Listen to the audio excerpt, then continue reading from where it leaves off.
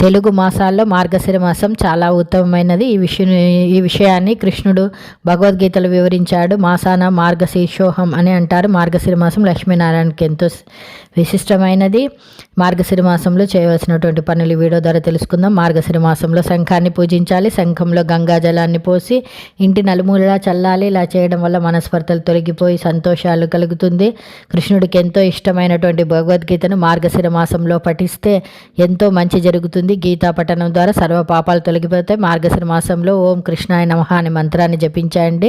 ఈ మంత్రాన్ని జపించడం వల్ల మీ కోరికలు తీరుతాయి. సూర్యుడు ధనుసు రాశిలో ప్రవేశించడం వల్ల మార్గశిర మాసంలో ధనుర్మాసం ఏర్పడుతుంది. ఇది చాలా విశిష్టమైనది. ధనుర్మాసంలో ఇంటి ముందు అందమైన ముగ్గులు వేసి గొబ్బెమ్మలతో అలంకరించాలి. ధనుర్మాసం మొదలైన తర్వాత వైష్ణవ ఆలయాల్లో తిరుప్పావై పేరిట విష్ణుమూర్తి ఆరాధన చాలా విశిష్టమైనది. ఈ మాసంలో దుప్పట్లు వంటి దానం చేస్తే ఎంతో మంచి ఫలితాన్ని చూస్తారు. మార్గశిర మాసంలో తగాదాలకు దూరంగా ఉండాలి. ప్రతి గురువారం లక్ష్మీదేవిని ఆరాధిస్తే దరిద్రం పోయి లక్ష్మీ కటాక్షం లభిస్తుంది. ధనవంతులు అవుతారు. విష్ణువుని క్రమం తప్పకుండా ఈ నెలలో ఆరాధించి ప్రతిరోజు నెయ్యి దీపాన్ని వెలిగించాలి.